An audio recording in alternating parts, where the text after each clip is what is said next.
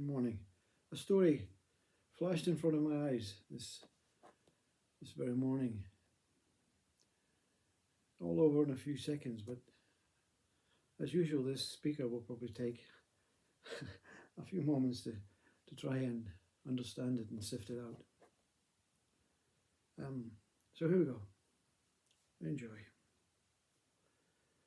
A couple who lived on this island,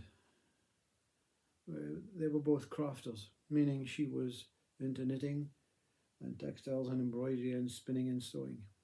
And he was a model maker, making lovely little intricate wooden artifacts and toys and stuff. And they were both religious.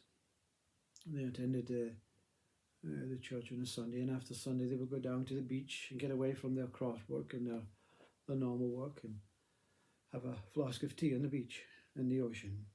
Regardless of the weather, they would prepare for that particular type of weather. The island was very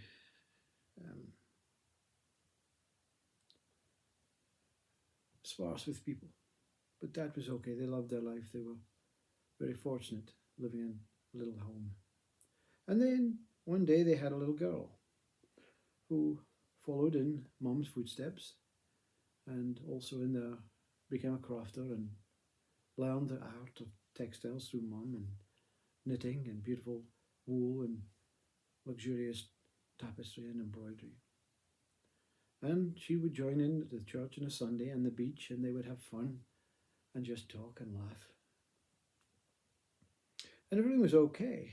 And she went to university to further her craft work and came home and had told her parents, I met a man.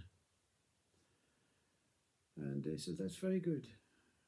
You must invite him over. So she, one day, entices this new boyfriend who lived on the mainland to come to their home and meet her parents.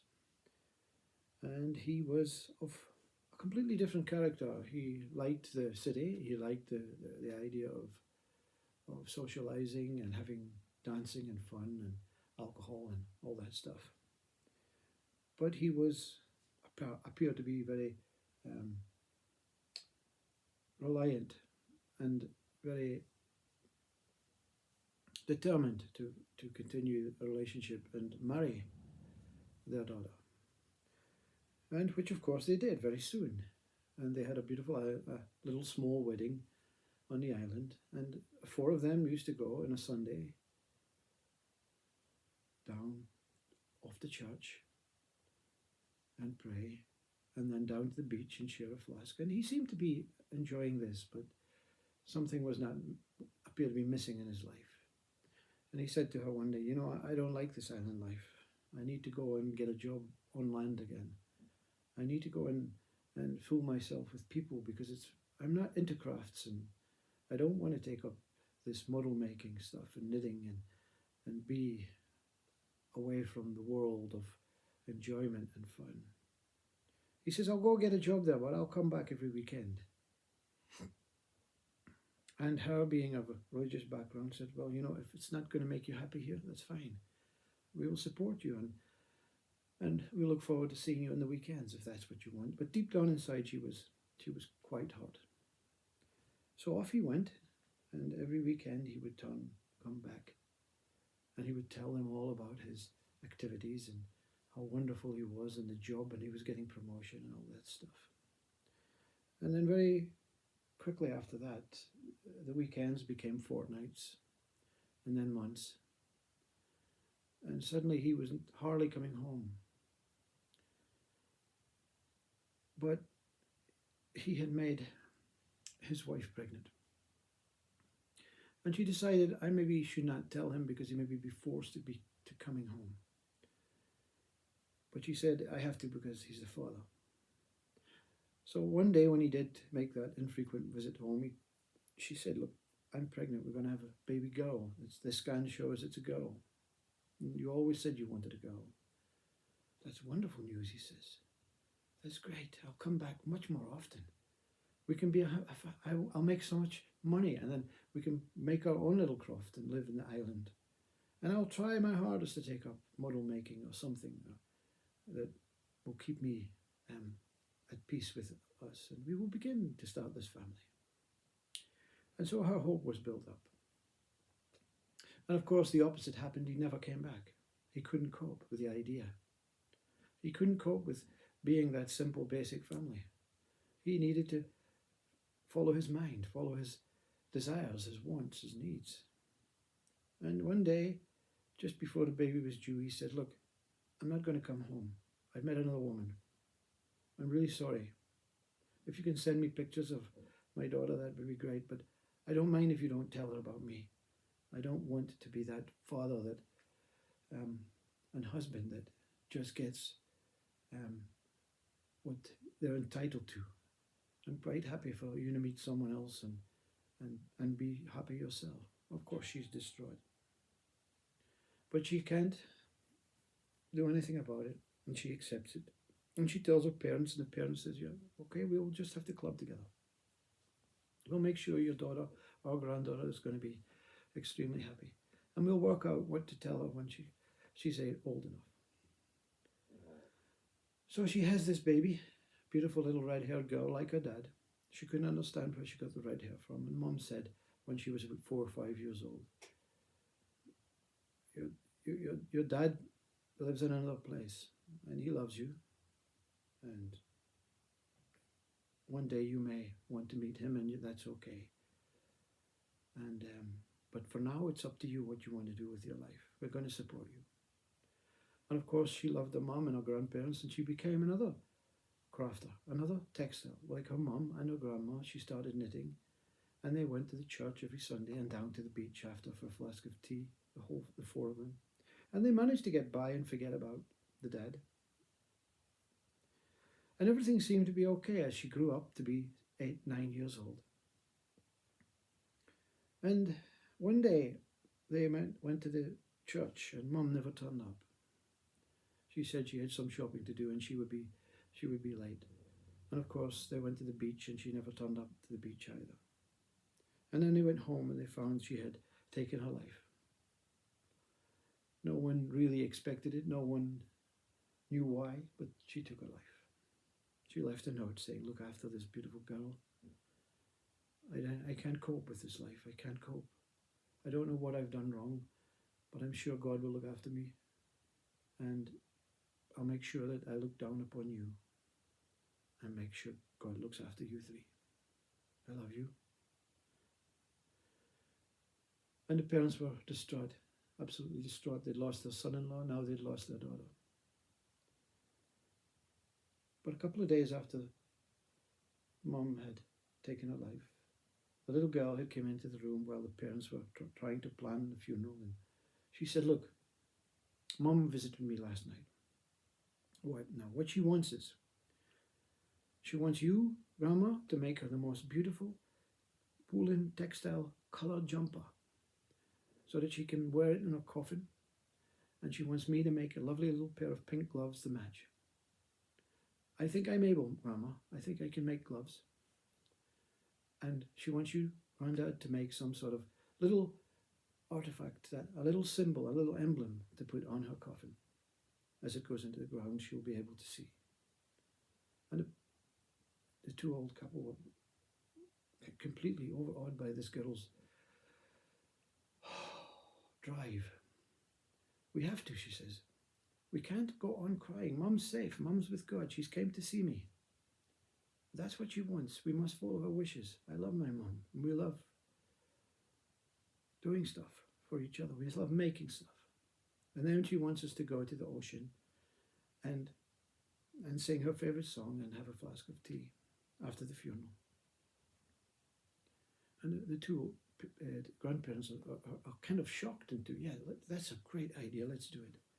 So Mom, she gets the knitting needles out, and Granddad gets the balsa wood and the wood and all the stuff, the varnish and the tools and the chisels and the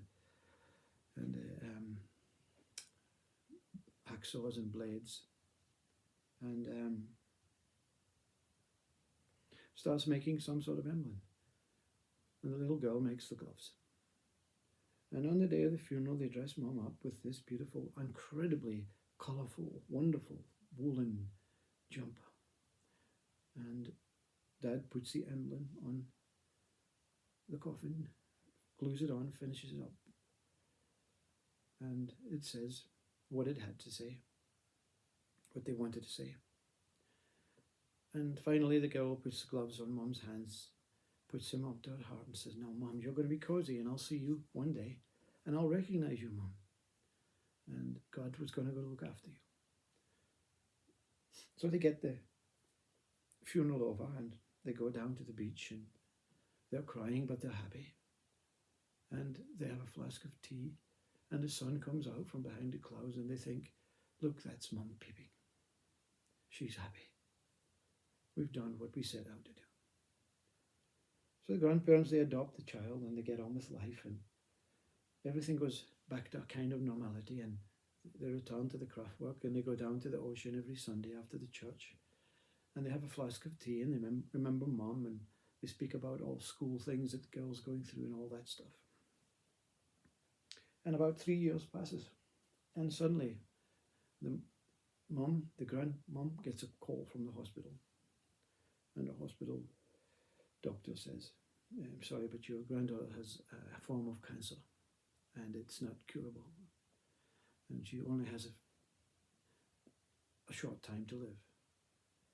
And she's distraught and tells the grandfather, and they both don't know what to tell the granddaughter. And one day they say, "We have to tell her." So they take her into the room and say, "Look, you're going to be ill." Well, she says, "I know. Everyone gets ill. But don't worry, I'll be fine." And they say, "No, you're not going to be fine. You're going to have to go and meet Mum." "Well, that's wonderful news. But you won't be able to come back here." "Oh, that's okay. I'll make sure you're okay, Grandma, Granddad. That's okay. I'm so happy that I got so much time with you. So much. We made so much things together. We had so much fun. And now I can go and be with Mum." And they were mesmerized by the little girl's attitude and how she accepted this. And one day she comes in, still able to walk and all that stuff. And she says, "Look, I want to jump like Mum, Grandma. And I want you to finish that doll's house, Grandad." "What doll's house?" he says.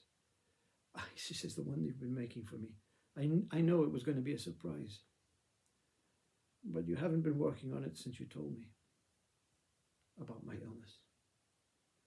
I want you to finish that doll's house. I want you to give it to some other girl. I'll keep it. You can do with it what you want, but I want you to finish it for me, please. And I want you to knit me that beautiful jumper exactly like Mum's, Grandma. And I'm going to knit myself a pair of gloves before I get weak and I'm not able to knit the same color as Mum, so that we know each other when I go to meet her." And the grandma is completely overwhelmed by this, because they've done nothing really. They've just grieved, feeling sorry for themselves, not thinking about the little girl. But Grandad, he says to Grandma when the little girl's in bed, "No, I can't do that. I just can't do it. I can't do it. I've had enough of this God, this losing, this incredible, what have we done? We've done nothing wrong. We've looked after the land, we've looked after ourselves, we've looked after the people around us, we've went to church, we've done everything that's supposed to be done. I'm not doing it. I can't do it." And of course, he pretends to the little girl, "Yeah, I'll do it for you." But the time comes and she's near her deathbed, and Grandma shows her the jumper and the gloves, and she's finished on her own.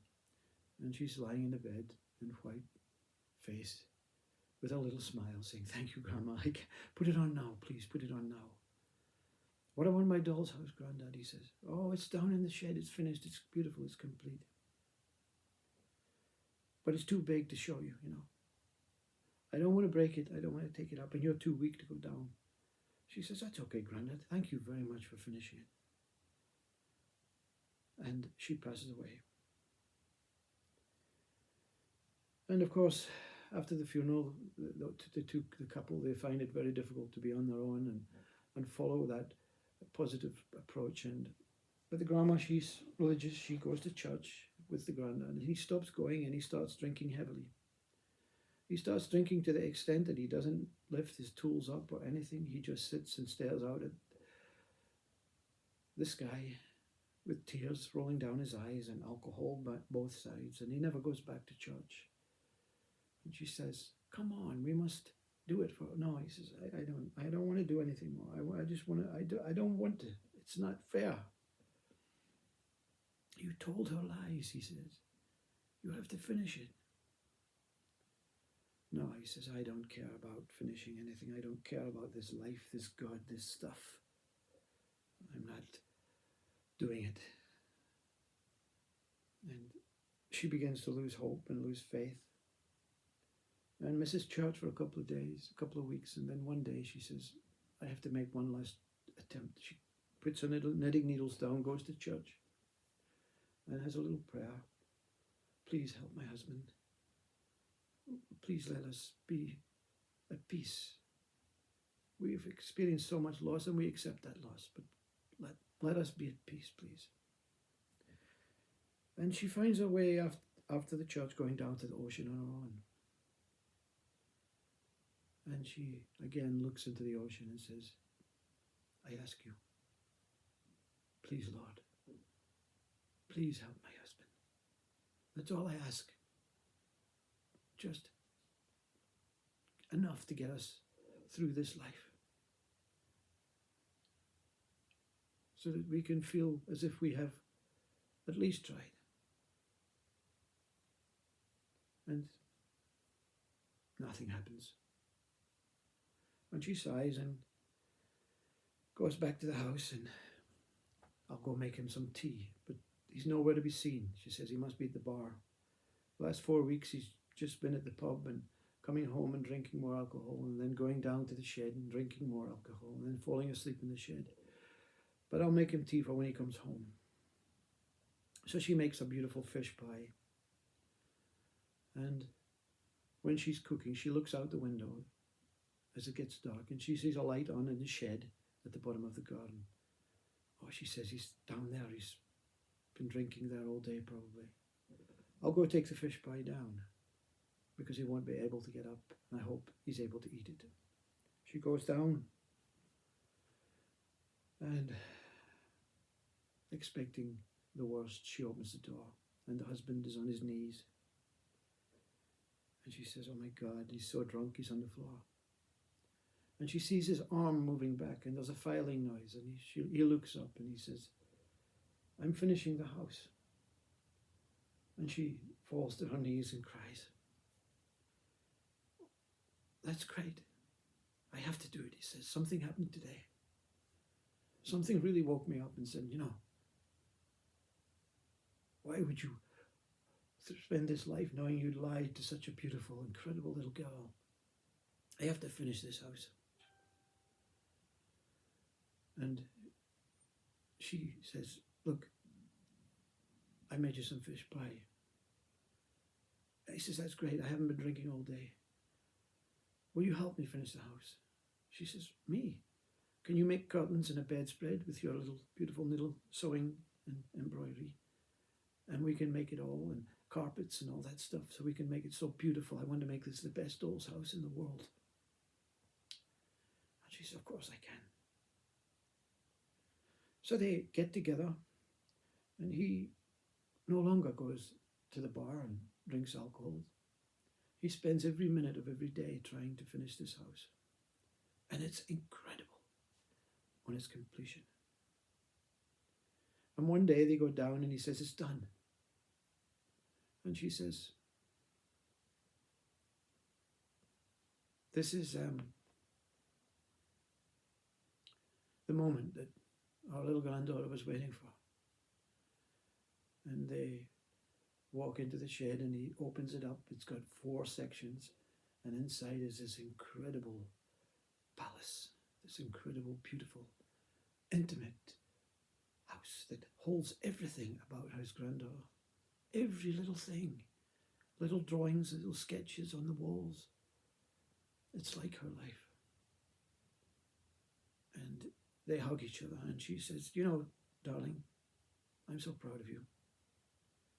He says, no, you kept me going. She says, but there's one thing we have to add to the house before we can go back to our life. And he says, what have I forgot? And she goes back up into the house and comes back down and opens this little box. And inside this little box is two little figurines with two little jumpers. One is their daughter and one their little granddaughter. And they both wear pink gloves. The little girl has red hair. And their daughter is taller. And they've got lovely little smiles in their face. And he says, wow, when did you make that? No, she says, I never made that. That was your granddaughter. He says, that's incredible. How can someone that age make something so beautiful? How did she make it? Oh, she says in her note, and she reads it out. Dear Grandma and Granddad, I made this with love. These are only to be put into the house once Granddad finishes it. I know he's not finished it, Grandma. But I believe, and I will pray. And Mum and I will make sure every day that he gets a reminder of how perfect our life was together. And this house is my life, and Mum, and yours. You can do with it what you want. But now me and Mum, we're home.